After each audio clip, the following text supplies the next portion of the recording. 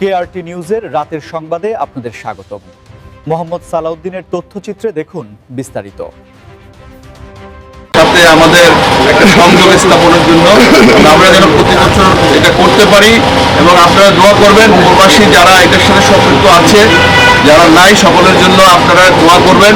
তারা যেন তাদের আত্মীয় স্বজন এবং তাদের বাপ মা, দাদা দাদি, নানা নানি যেন যারা কাজী মুস্তাফিজুর রহমান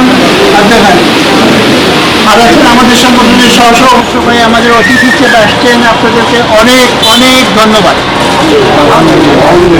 আমরা আশা করি আপনারা যারা প্রবাসে অনেক কষ্ট করে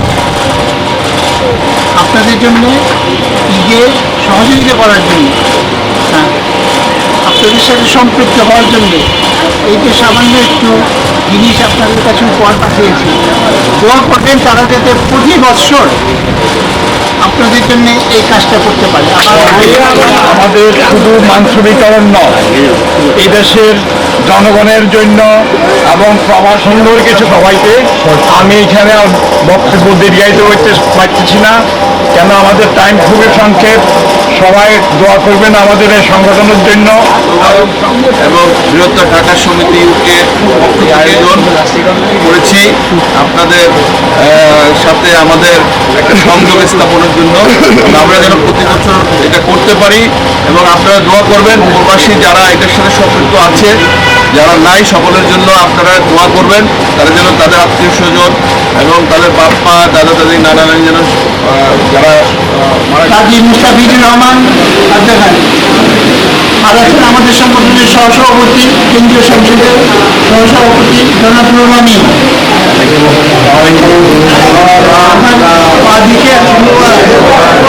আমি সত্যিকার অর্থে আজকে আমি নিজ অনেক গর্বিত মনে করতেছি, কারণ আমার বাড়ি হল সেই গ্রেটার নোয়াখালী লক্ষ্মীপুর। আমাদের গ্রামে এমন কেউ নাই, কিন্তু গরু আবার দু তিনটা হয়। তো ঢাকার থেকে অনেকে যায় না, আমাদের আমরা সবাই প্রবাসী, কেউ Canada, America, Australia, Germany, England, বিভিন্ন জায়গায়। এইখানেও আমাদের 3-4টা গরু হয়, কিন্তু আমার এবং একটা কুরবানির প্রোগ্রাম করার জন্য। এবং আরও ধন্যবাদ জানাই যারা নাকি এই কুরবানিতে অংশগ্রহণ করছে। আপনারা তাদের জন্য দোয়া করবেন এবং সামনে যাতে আরও এটা আরও উত্তর বৃদ্ধি পায়, এটার জন্য দোয়া করবেন। ধন্যবাদ।